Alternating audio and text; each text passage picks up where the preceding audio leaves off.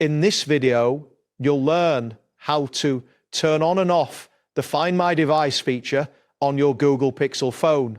By following these instructions, you will be able to manage the security settings of your device effectively. Begin by unlocking your Google Pixel phone and locating the Settings app on your home screen. Once you find it, tap on the icon to open the app. After the Settings menu appears, scroll down until you see the option labeled Security and Privacy. This section contains various protection features for your device. Once you tap on Security and Privacy, look for the option titled Find My Device.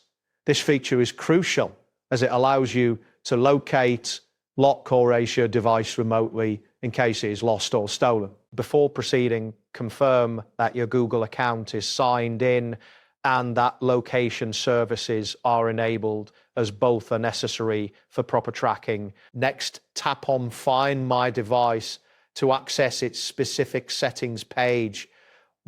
Here, you will find a toggle switch that controls the activation of this feature.